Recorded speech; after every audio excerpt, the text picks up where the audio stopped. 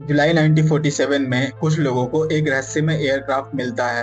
बाद में एक अखबार के द्वारा यह पता चला कि न्यू मैक्सिको में एक एयरक्राफ्ट क्रैश हुआ है जिसमें एक एलियन है और एयरक्राफ्ट और प्लेन्स को एरिया 51 में रखा गया है।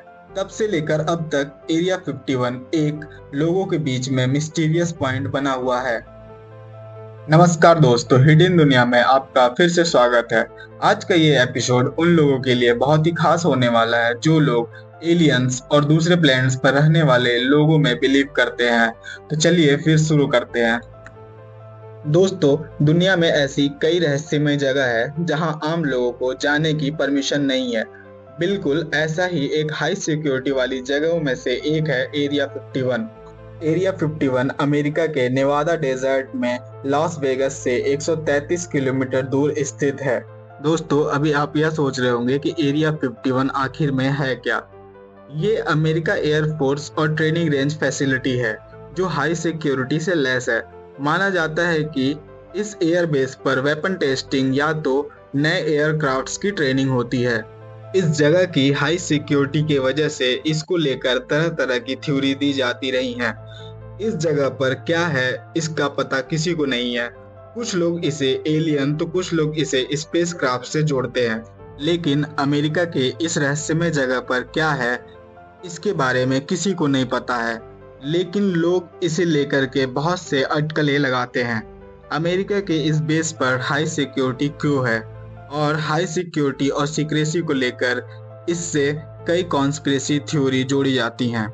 ऐसा इसलिए क्योंकि कुछ लोगों का मानना है कि इस फैसिलिटी में एलियंस टेक्नोलॉजी या एलियंस पर रिसर्च चल रहा है और इस बेस को कभी भी सीक्रेट बेस डिक्लेयर नहीं किया गया।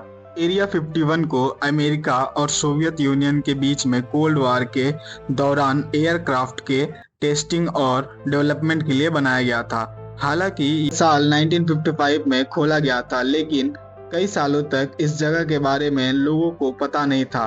पहली बार इसके एग्जिस्टेंस को साल 2013 में CIA ने आधिकारिक तौर पर स्वीकार किया। और तो और दोस्तों, इसके 4 महीने बाद तत्कालीन अमेरिकन राष्ट्रपति बराक ओबामा ने भी सार्वजनिक तौर पर एरिया 51 का जिक्र किया था। और ऐसा माना जाता है कि अमेरिका सेना आधुनिक विमानों को विकसित करने के लिए एरिया 51 का उपयोग करती है। माना जाता है कि लगभग 1500 लोग वहां काम करते हैं, जिसमें से कई लोग लॉस वेगस से चार्टर विमान के जरिए आते हैं। ईयर 1989 में रॉबर्ट लेजर नाम का एक व्यक्ति ने दावा किया था कि उसने एरिया 51 के अंदर एलियंस टेक्नोलॉजी पर काम किया है। उसने यह भी दावा किया था कि वो एलियंस की मेडिकल तस्वीर भी देखा है। अब बात चाहे जो भी हो, लेकिन एरिया 51 की रहस्यमय दुनिया मन में बहुत सारे सवाल पैदा करती हैं, जिसका जवाब अब तक आधिकारिक तौर पर कोई नहीं दे सका है।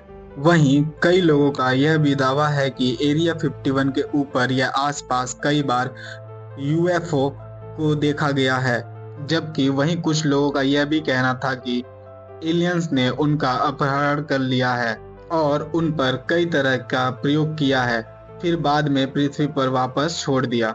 देखा जाए तो नेशनल UFO रिपोर्टिंग सेंटर और US सेंस ब्यूरो को साल 2000 से 2023 तक 1 लाख से ज्यादा रिपोर्ट्स एलियन के देखने को मिला है। कुछ एरिया में ज्यादा तो कुछ एरिया में कम देखने की बात कही गई है।